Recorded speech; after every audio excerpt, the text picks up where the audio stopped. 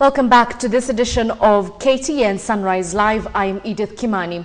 Now, the Kenyan Development Blueprint, or Vision 2030, envisages an electorate that is informed, and part of this is to inform them through civic education. For this reason, KTN, with the Ministry of Justice, will be coming to you this and every Tuesday to bring you just that. You've seen the bumper, it's saying it's time for Kujinais with K-Nice. That's exactly what we'll be talking about. And this morning, I'm joined by the PS in the Ministry of Justice, Mr. Gishira Gifara. Thank you so much for joining us.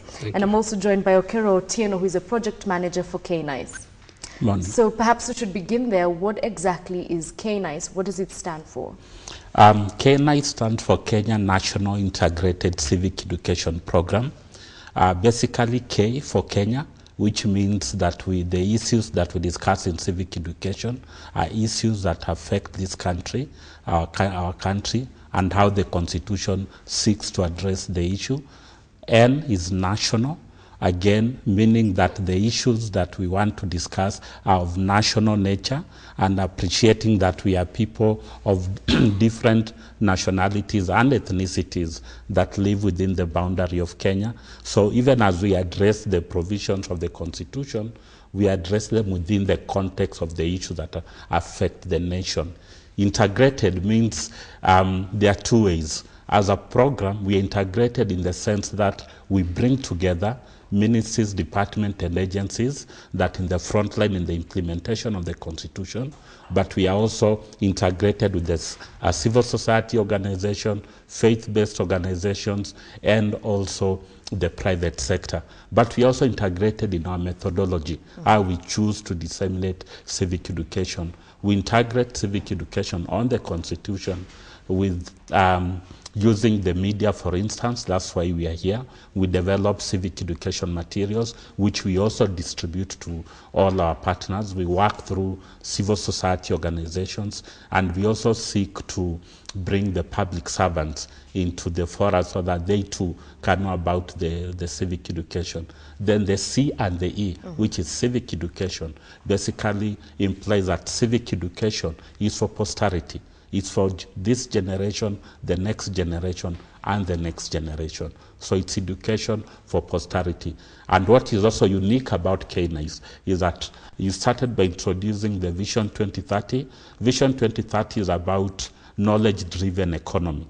We are about a constitutionally empowered citizenry that can actively implement and own this very beautiful constitution that was promulgated in August 27, 2010. All right. Mr. Otieno has outlined what K-Nice is, and he's saying that the plan is to get an informed citizenry. But why is the Ministry of Justice involved in this? How is it tied into all of this?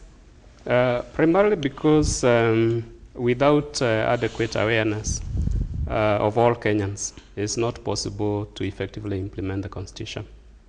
And because the Ministry of Justice and Constitutional Affairs is responsible for effective implementation of the Constitution, we were then given the responsibility by the government to spearhead the national effort for civic education through a cabinet decision.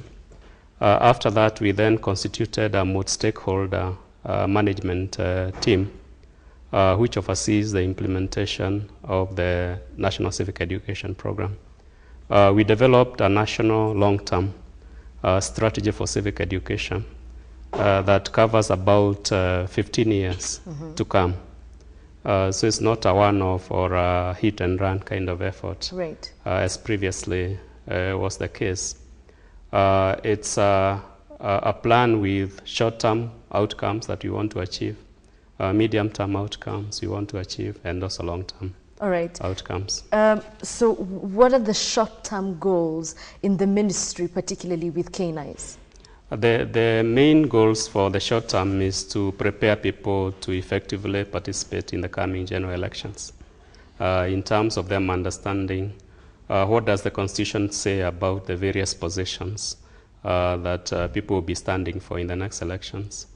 How will those new structures in the devolved government function?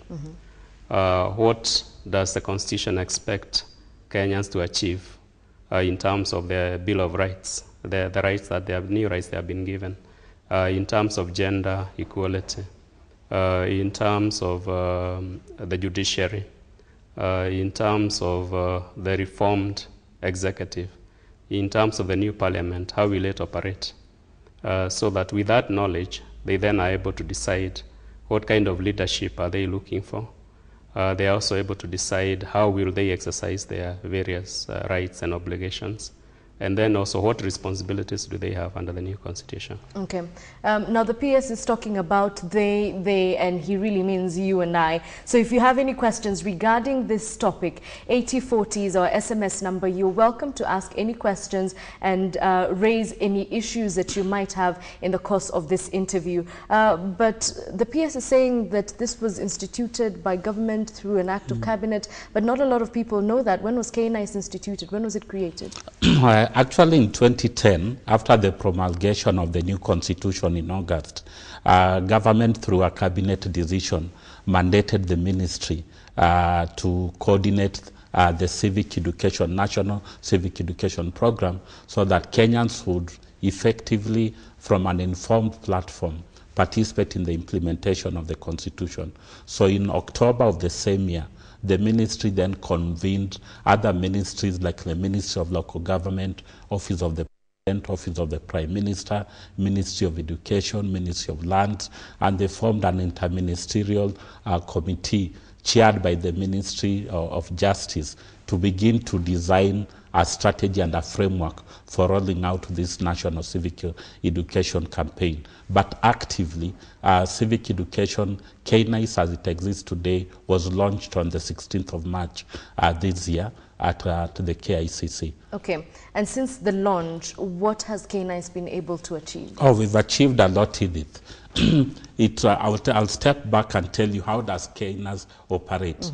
We operate in 5 ways. We offer civic education for public servants. We partner with Kenya School of Government, and thus far, especially during the first phase, which ran between April and the end of June, we've been able to train 1,200 senior public servants. This will be public servants just beneath the permanent secretary, that's Jobs Group R to T. 1,200 have been trained.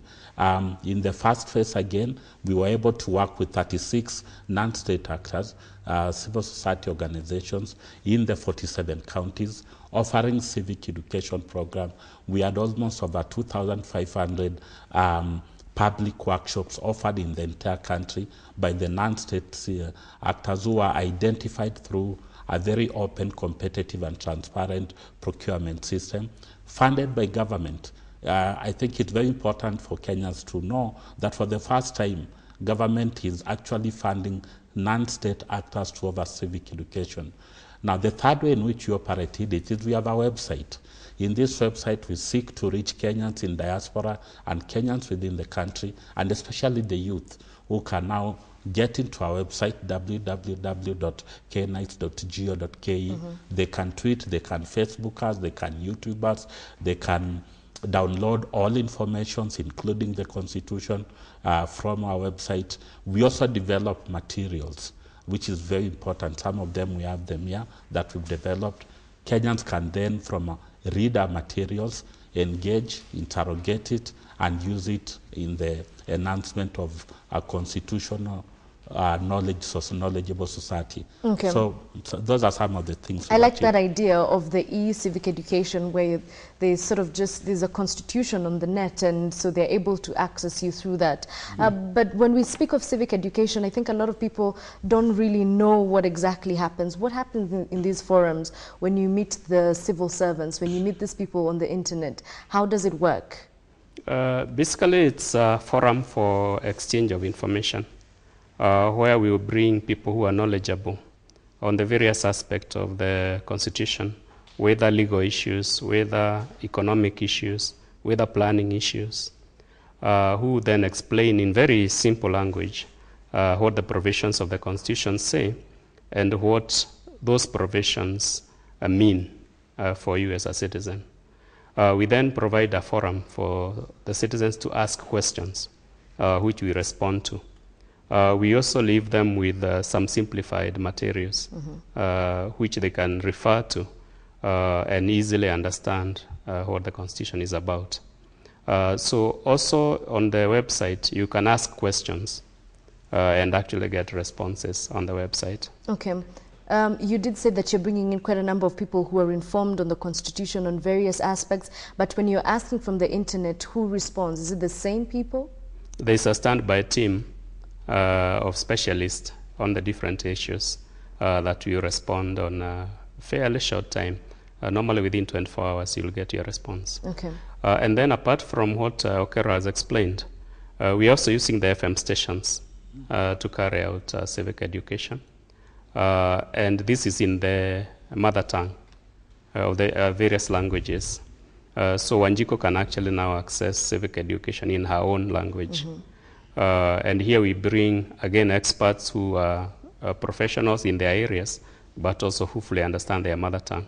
And they're able to explain to their communities in their own language what the Constitution says. And also people are able to call and ask questions, either live or even after a program is done. They ask questions which are then responded to in the following program. Okay. This all sounds very interesting, but despite all these efforts, there's somebody somewhere who will still not be able to get to a radio station, not watch a TV, doesn't have internet, and doesn't have a person around them who understands the Constitution. Do you then go to the rural areas, to the towns, to the estates to get to people for the civic education? To the extent that is possible, we are able to. But what we are telling Kenyans out there, in Kenya is mapped out in 47 counties. We now have non-state actors, about 95 civil society organizations that are going to offer, indeed are offering civic education, because the phase 2 of the civic education program at the county started on the 15th of October. So in every county, we have 3 organizations offering civic education, so they can be able to access these organizations. We have them on our website. We will put them in the print also at some point so that Kenyans get to know. And as also the PS has observed, we offer civic education through the vernacular FM stations. And we've engaged 31 vernacular FM stations and 5 television stations. So we've stretched ourselves to the maximum possible so that every Kenyan can have the opportunity to access civic education. Okay, you've said in every county there'll be at least 3 organizations. Yes. Which ones? Do you have examples? We have examples like the now the non-civic education providers, for instance, the Supreme Council of Muslims. We have the Catholic Justice and Peace Commission. We have Kituo cha Sheria. We have the International Commission of Jurists. These are organizations that are seasoned in civic education provision. And I'm just saying, just to mention but a few. Right. There are 95 of them. Okay. Yes. So does this mean that if any Kenyan sees any of these organizations in their city, their town, their rural area, they can just walk in, ask questions, and they'll have someone to respond to them? Yes, and there are specific forums that are being organized and publicized through the media in the counties, so that when we do these FM station programs in their mother tongue, they are then advised when the forums will be coming to their area. So they then are preparing for that. Then beyond the organizations that are working directly with K-9s, we are also partnering with other organizations that have been carrying out civic education, including Amkeni and Uraia. They are part of this effort. They actually sit in the steering committee of K-9s. We are also partnering with other organizations, the church, which has quite a big grassroots reach, and also the Muslim faith.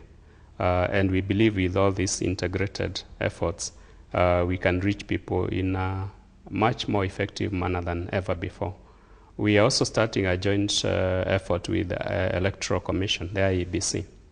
The IEBC will focus on voter education, which is a more focused area on how to vote.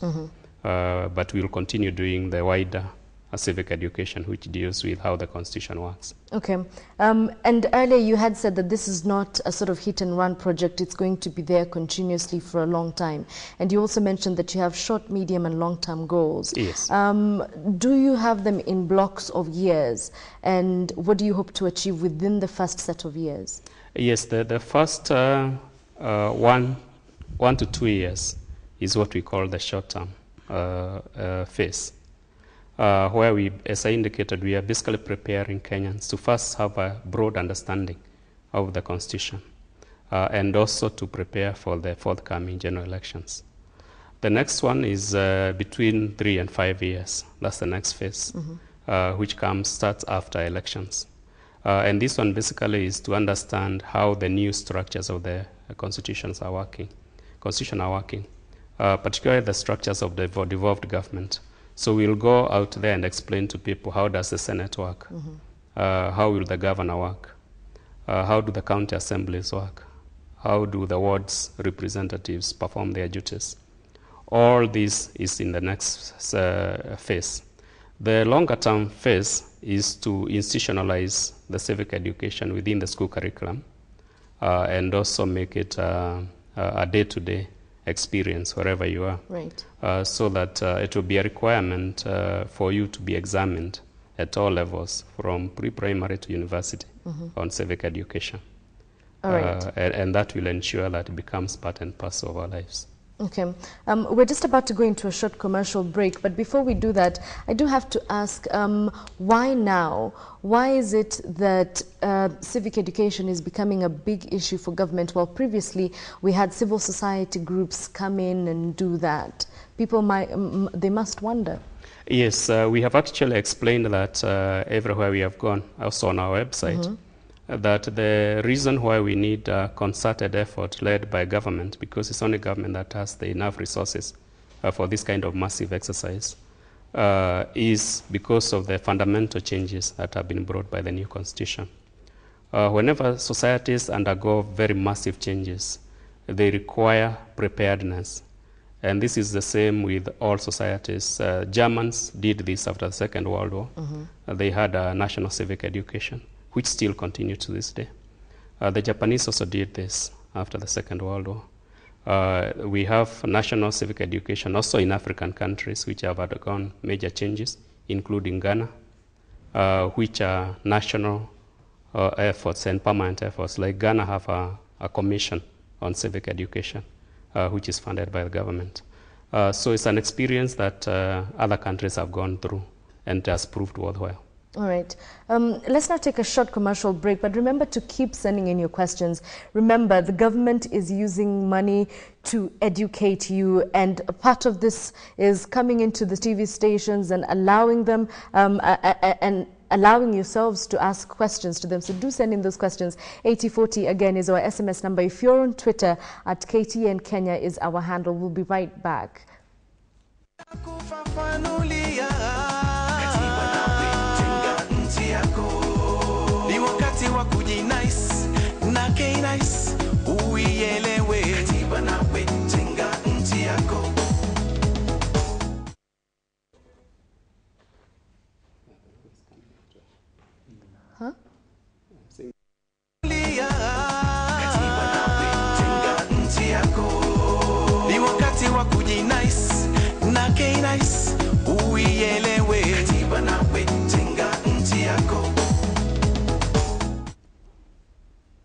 Welcome back to KTN Sunrise Live, and if you've heard that song, Ni Wakati wa Kujinais with K-Nice, that's exactly what we're talking about. This segment on KTN, which will be coming to you this and every Tuesday, is just going to be on civic education, making sure that you understand what's in your constitution so that you're better informed to make decisions regarding even the leaders that you're going to elect. So perhaps that's where we should pick it up from.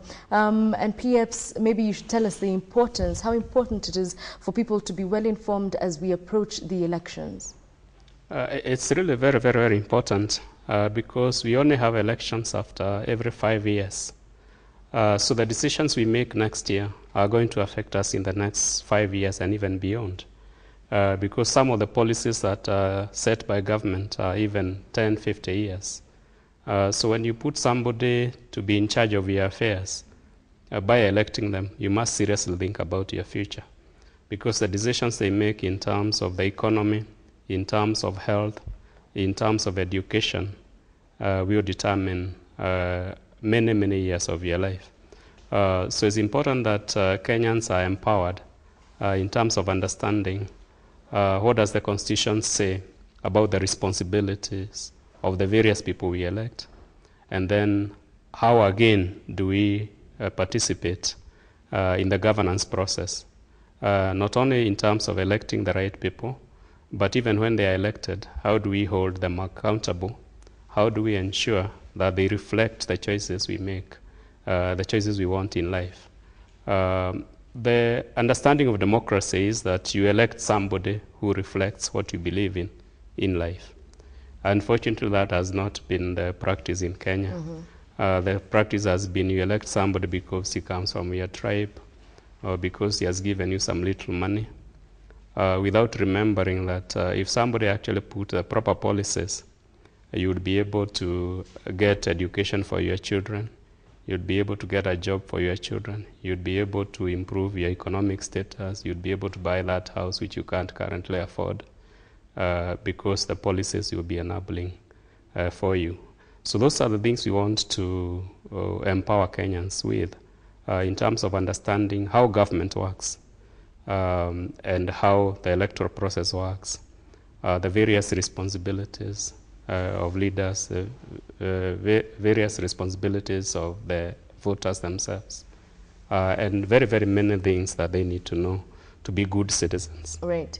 I like what you've said, the responsibility of the voters. And Otieno, perhaps you can tell us if you have seen in your experience a change in the electorate and the kind of people they vote for once they are informed.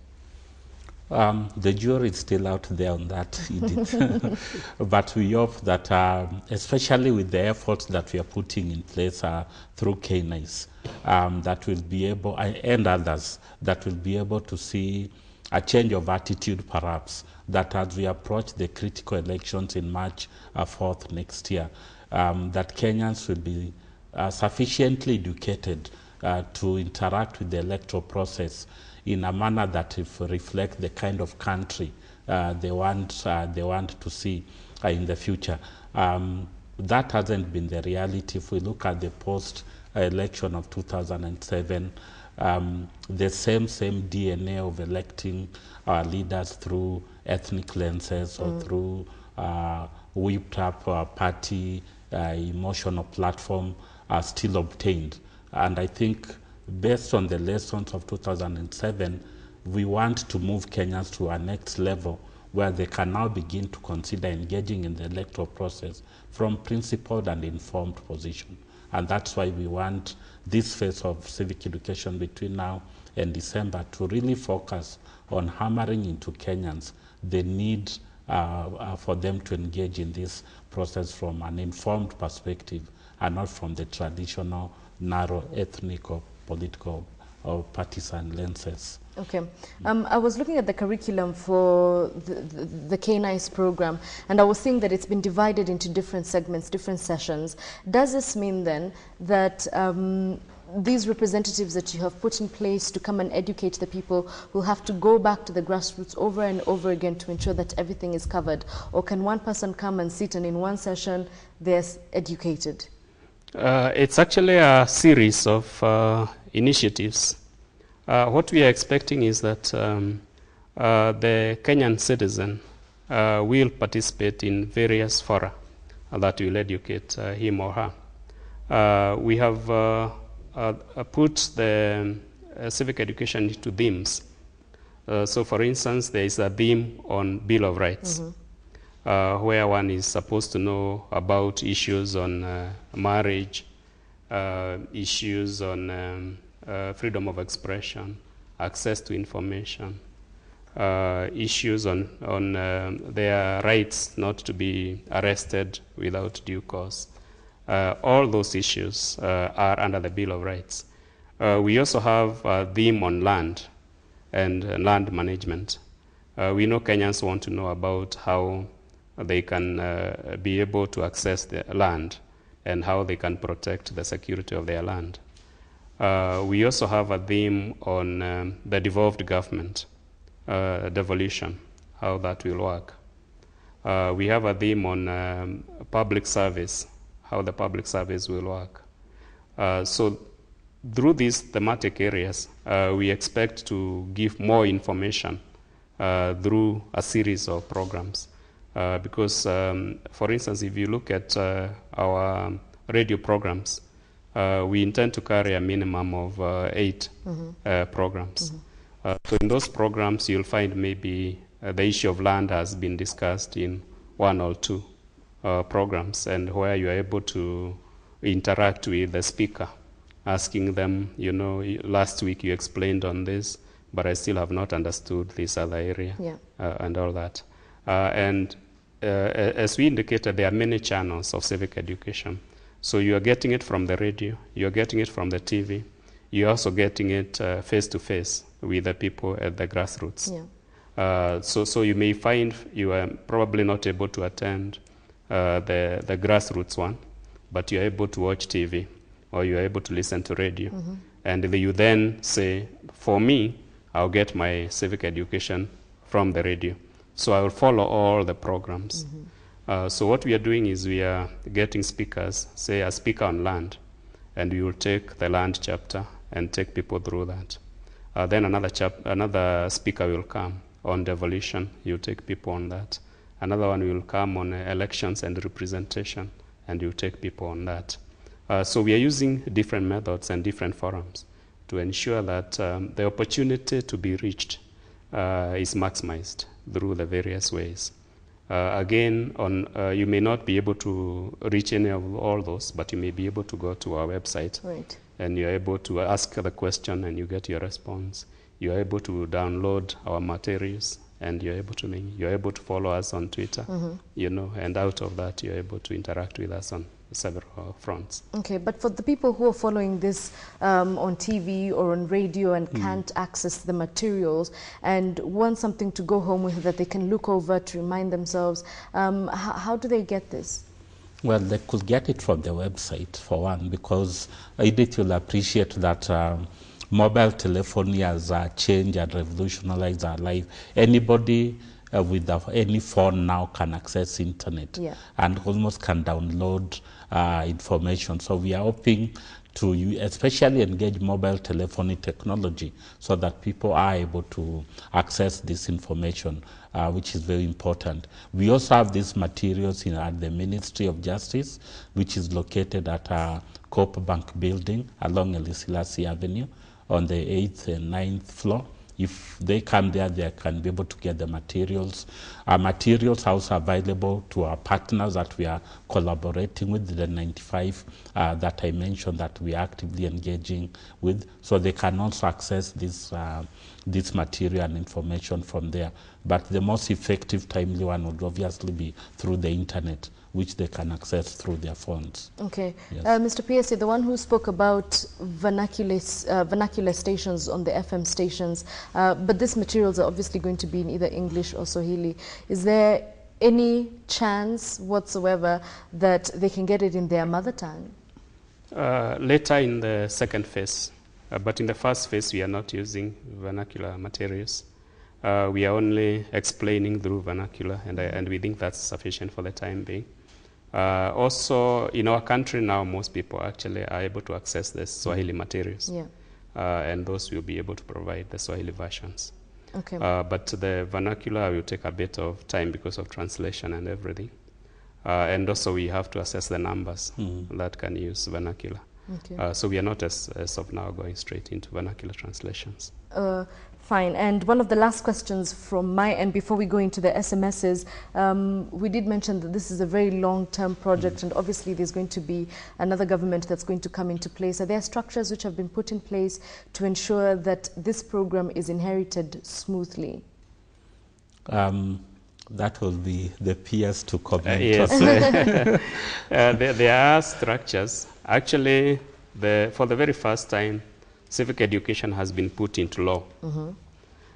So it is actually provided for in the County Governments Act, which was passed by Parliament last year. And under the County Governments Act, the responsibility for continuing civic education is given to the devolved governments, the county governments. But the responsibility for creating capacity for those county governments to carry out civic education is given to the Ministry of Justice and the Ministry of Local Government.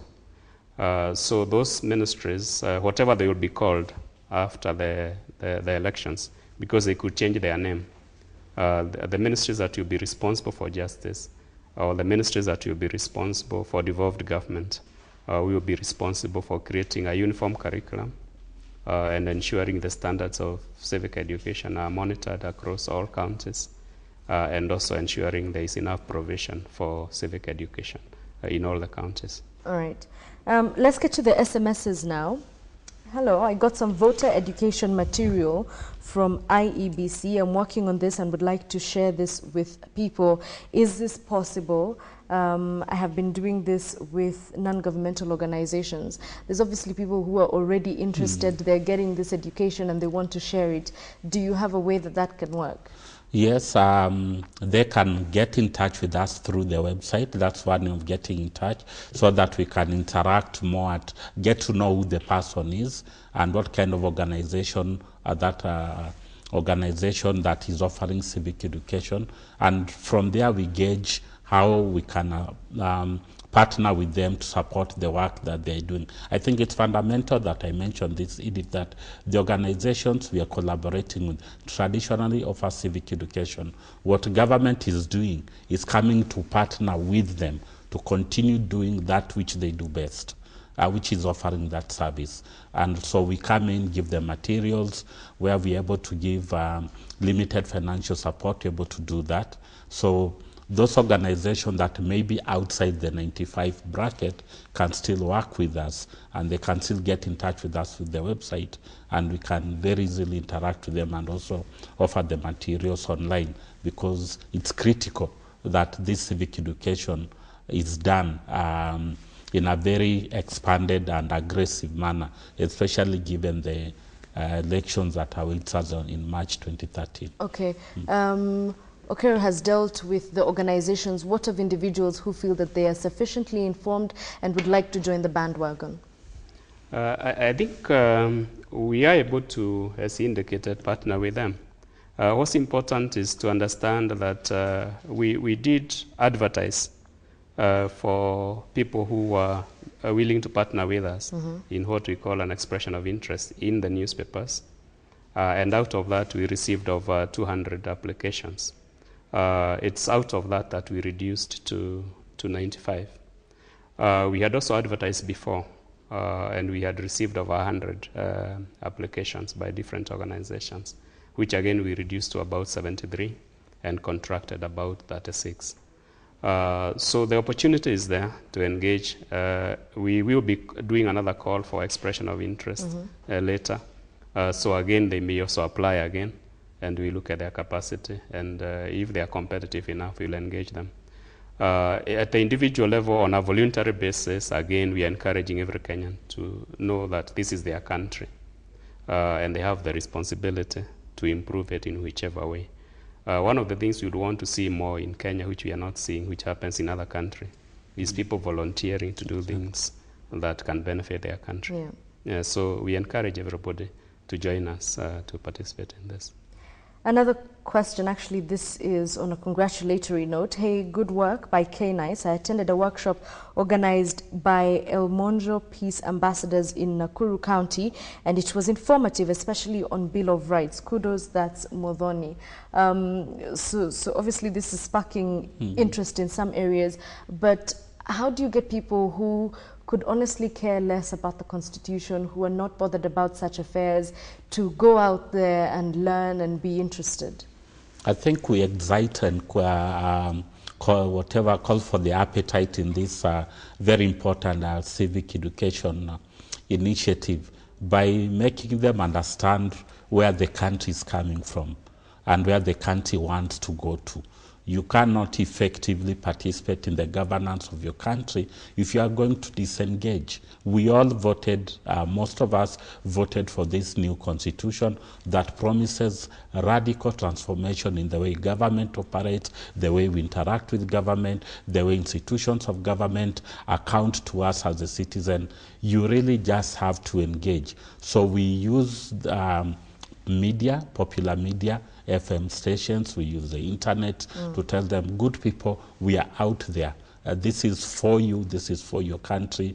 Plug in, tap all this knowledge and information from the experts that the peers have mentioned, from the opportunities that we've mentioned, so that you can effectively participate in the governance of this country.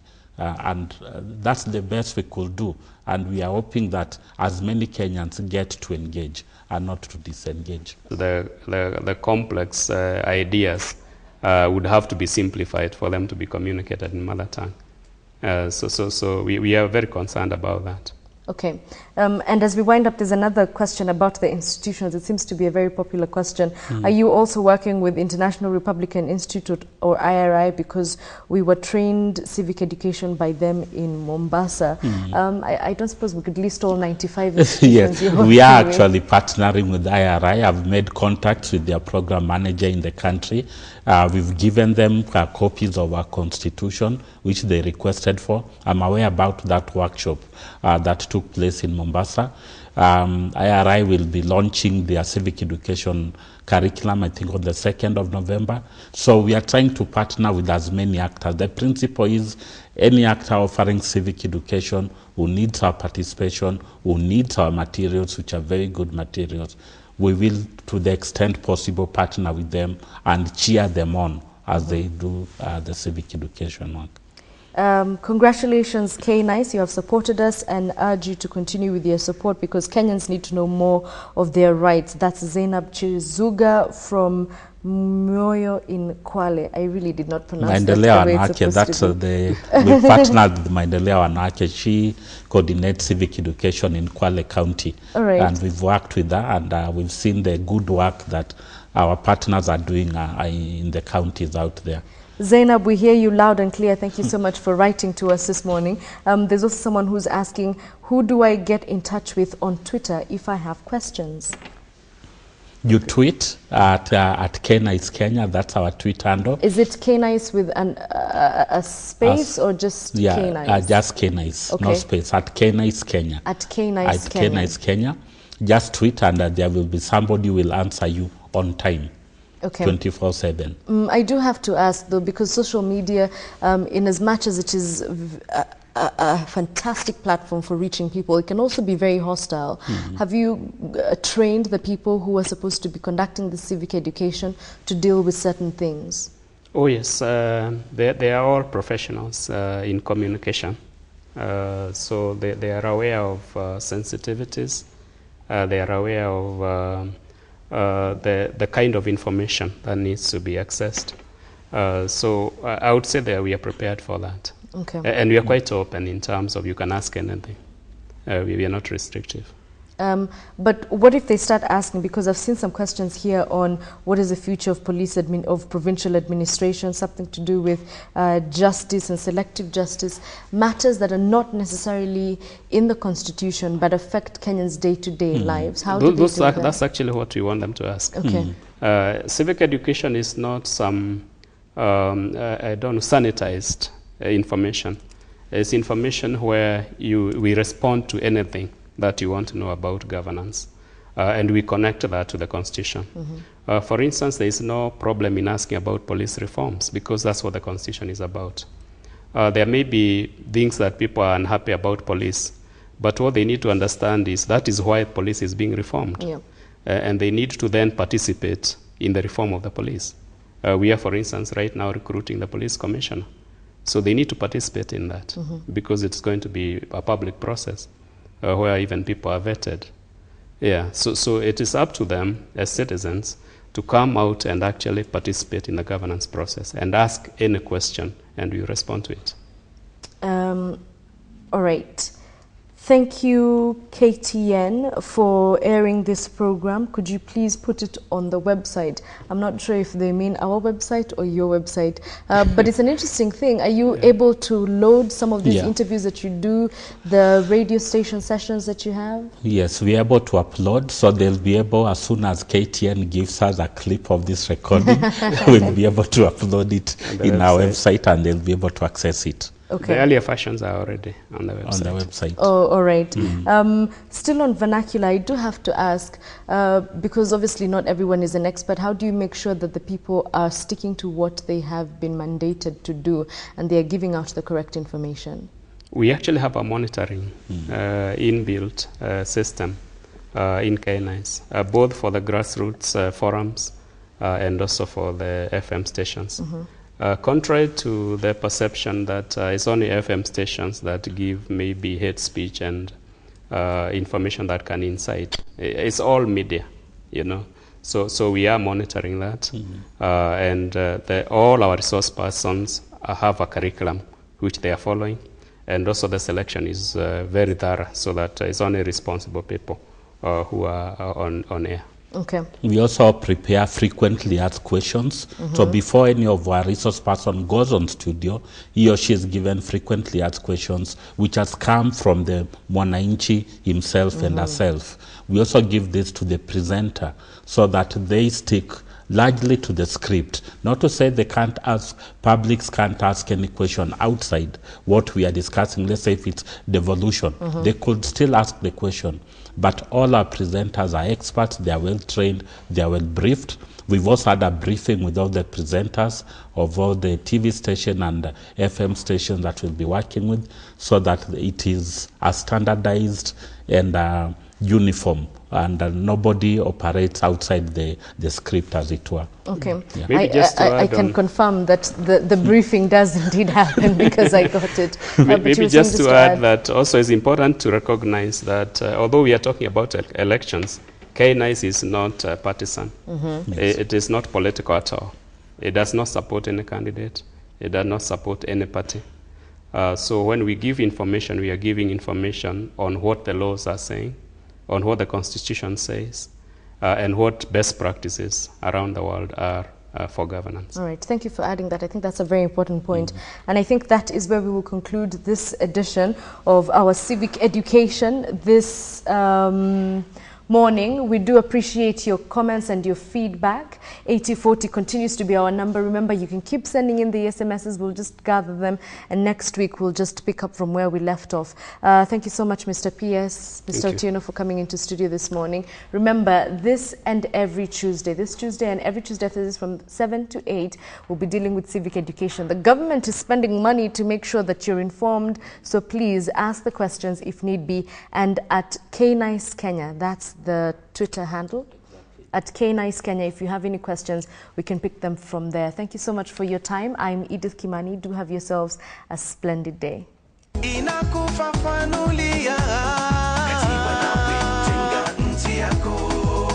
wakati wa kujinice na K-Nice.